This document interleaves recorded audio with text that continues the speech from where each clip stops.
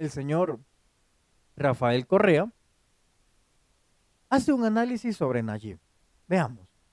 ¿Qué opina de lo que hace Bukele en El Salvador? A mí me cae bien Bukele, quiero decir. Lo veo con recta intención, pero creo que se está pasando líneas rojas.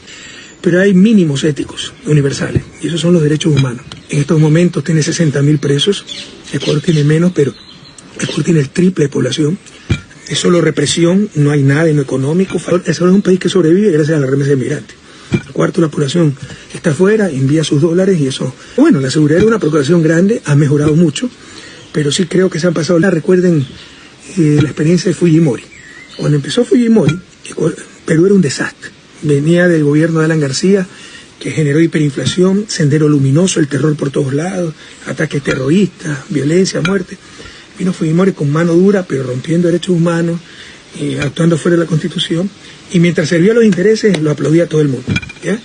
Cuando ya no sirvió, lo empezaron a perseguir, y sí, atentó a derechos humanos, y miren dónde está ahora.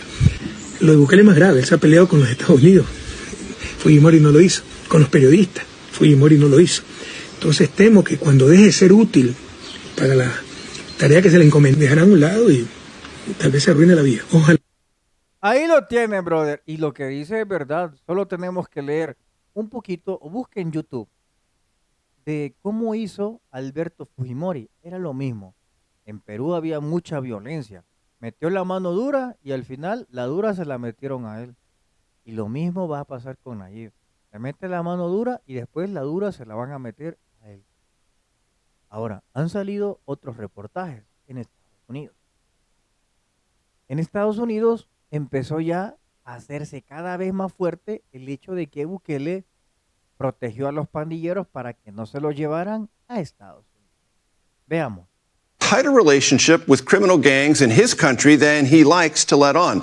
New reporting coming to us from ProPublica finds Salvadoran President Nayib Bukele's top aides blocked the extraditions of MS-13 leaders to the United States. That's because, this reporting suggests, those allies of Bukele allegedly believe those gang members, those MS-13 gang members, could be witnesses in a long-running U.S. investigation into Bukele himself. Senior reporter at ProPublica, Sebastian Rotella, joins me now. He's one of the authors of that piece. Sebastian, great to have you with us. Thanks for joining us.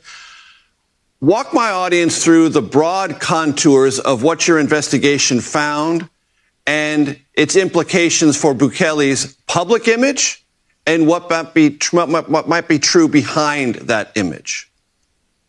Thanks, Major. It's a pleasure. This story really goes back to 2019, when in the first Trump administration, and he creates Joint Task Force Vulcan, which is an agile and very effective federal law enforcement task force that's tasked with going after this gang in a systematic way and going after its top leadership and really eradicating MS-13. And they set out to do just that. And one of the major elements of this strategy is to build a case for racketeering, terrorism, other strong charges against the leadership of this gang, which is running it mainly from prisons in El Salvador, and extradite that leadership to the United States and to try them in the U.S., a strategy that has worked in places like Mexico and Colombia against really powerful criminal groups. But what we found was that as the investigation advanced, it found evidence of negotiations, which had been an ongoing thing in El Salvador with previous governments as well, between senior officials in the Bukele government and the gang, secret deals being cut in negotiations in prison, really in exchange where the gang would agree to reduce homicide rates and use its extraordinary power to deliver votes to the Bukele's party in exchange for political favors, financial benefits, and protection from extradition.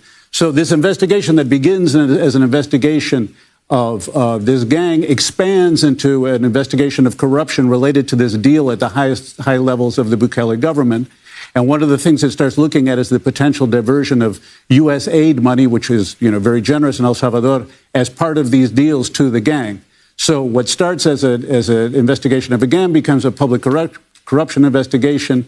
And the government of Bukele allegedly reacts to that in 2021 by replacing the attorney general and justices in the Supreme Court by retaliating against Salvadoran officials who had been assisting this corruption investigation.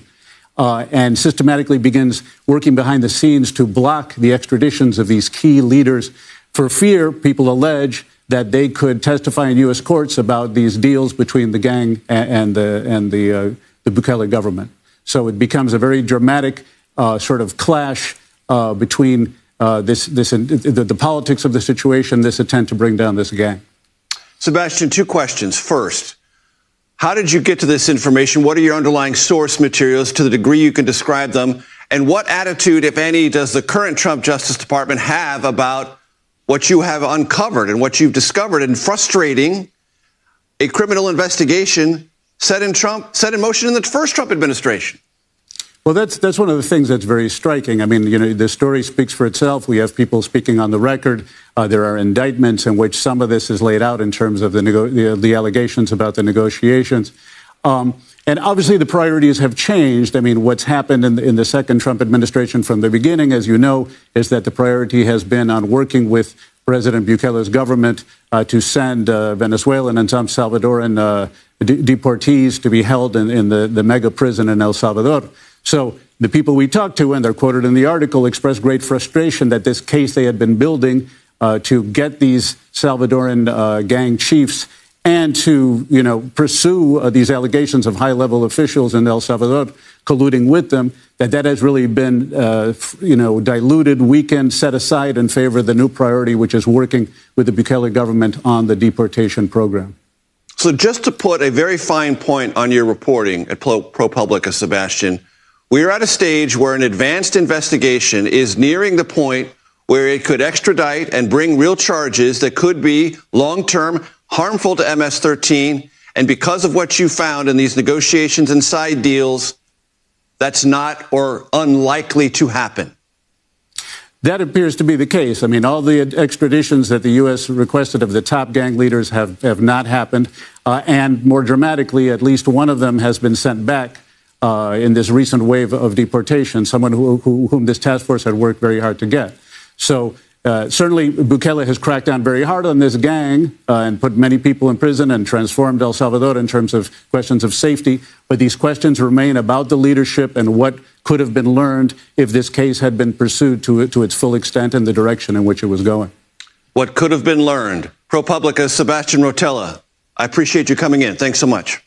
Thank you very much. Ahí lo tiene, brother. O sea que prácticamente es raro porque Nayib hablaba y le decía a las ONG, ¿quieren pandilleros? Llévense, se los damos a 2 por 1.